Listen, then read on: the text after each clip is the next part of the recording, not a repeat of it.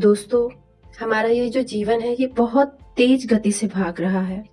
जिस दिन हमारा बर्थ हुआ था, अगर हम देखें तो उस पल से लेकर आज तक जहाँ हम खड़े हैं, उस बीच जितना भी समय बीता है, इतनी तेज़ी से वो समय बीत गया है कि पीछे मुड़कर देखने पर हमें अपनी बहुत सी गलतियाँ, बहुत सी ऐसी चीज़ें जिन्हें हम छोड़ना नहीं चाहते, वो पीछे छूट गई नज़र आती हैं।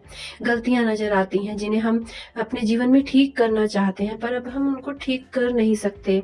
बहुत कुछ ऐसा पीछे मुड़कर देखने पर हमें याद आता है जिसने हमारे जीवन को बुरी तरह से झंझोड़ा या बदला, और वो सब कुछ हमारे जीवन में बिना रोक-टोक आता चला गया जिसे हम आने भी नहीं देना चाहते थे। लेकिन दोस्तों, जीवन में अगर हम देखें तो ध्यान यानी कि मेडिटेशन करना एक ऐसी गतिविधि है, एक ऐसा काम है जो सबसे ज़्यादा लाभप्रद है, लेकिन इसको कोई नहीं करता है।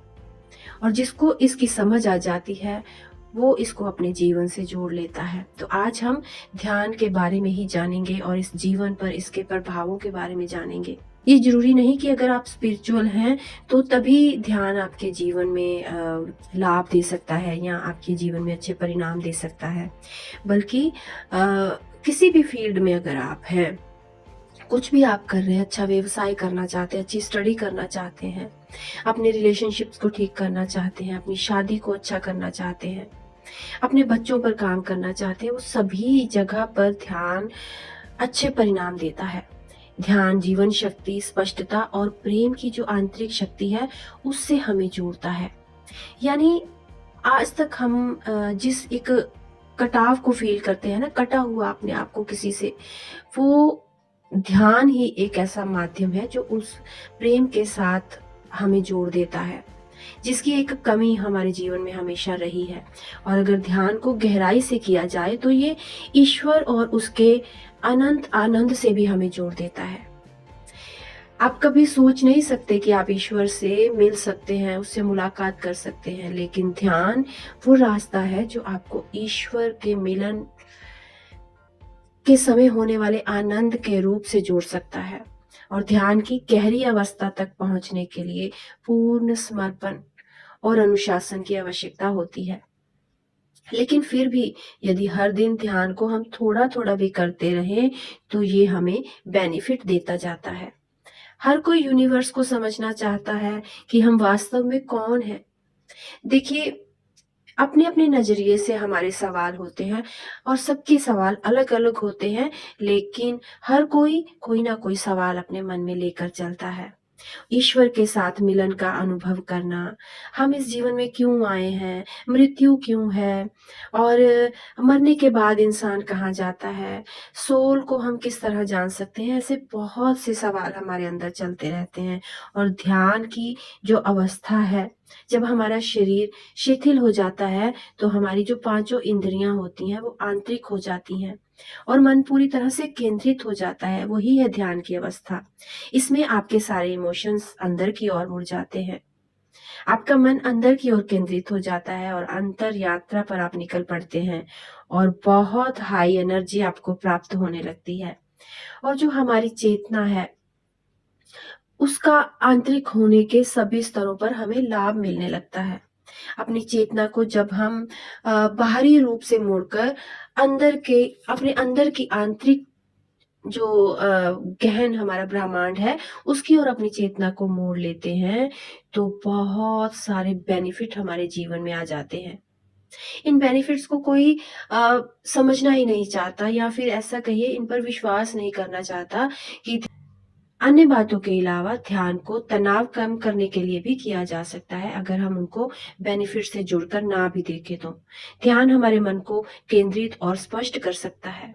ध्यान का उद्देश्य अंत यानी कि हमें पूर्णता की ओर ले जाना है, और हम ईश्वर से आए हैं और उसके अंश हैं, उसके अंश से बने हैं, और हम सब तब तक बेचैन रहते हैं जब तक कि हम फिर से उस ईश्वर के साथ एक नहीं हो जाते हैं। तो ध्यान इस दिव्य अवस्था तक पहुंचने का सीधा और सरल मार्ग बन सकता है हम सबके लिए। ध्यान एक सरल प्रक्रिया है जिसे किसी भी समय और कहीं भी किया जा सकता है। ध्यान आपको आपके अंतर्मन से जोड़ता है, जो कि एक विज्ञान की तरह है। ये प्रयोग और अनुभव से रिलेटेड है। जैसे कि साइंस प्रकृति के सीक्रेट्स को उजागर करती है ना, उसी तरह से ध्यान चेतना की प्रकृति के बारे में सच की खोज करती है हमारे लिए। और ध्यान करने के लिए इच्छुक और जिज्ञासु मन के अलावा किसी और चीज की आवश्यकता ही नहीं पड़ती। अगर आपने ध्यान के लिए अपने आप को उत्साहित कर लिया, तो कोई भी ऐसी शक्ति नहीं है जो आपको रोक सके। अगर आप कोई भी खोज करना चाहते हैं, तो आपको ध्यान करने के लिए एक विशेष क्षेत्र यानी कि एक एरिया को निर्धारित करना चाहिए। ऐसा एरिया, एक ऐसी जगह जिसका उपयोग केवल ध्यान के लिए किया जाता हो। ये ध्यान की मनोदशा को मजबूत करने में हेल्प करे और समय के साथ आपको ध्यान के खजाने से भी भर देगा। जिन्हें आप अपना आइडियल मानते हैं, उन महान गुरुओं के चित्रों के साथ भी एक छोटी सी वेदी को स्थापित किया जा सकता है।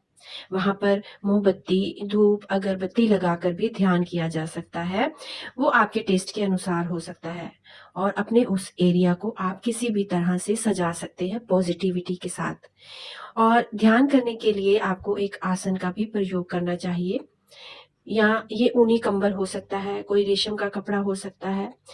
और ध्यान करने के लिए विशेष रूप से अच्छे समय यानी कि सुबह, शाम, दोपहर और आधी रात को किया जा सकता है। रात में या फिर सुबह-सुबह जब लोग सो रहे हों, तो ध्यान करना बहुत हद तक ईज़ी होता है। और दोस्तों, इसी तरह से आप अपने ध्यान के जो इस एक्सपीरियंस को धीरे-धीरे आगे बढ़ा सकते हैं, इस समय को बढ़ा सकते हैं।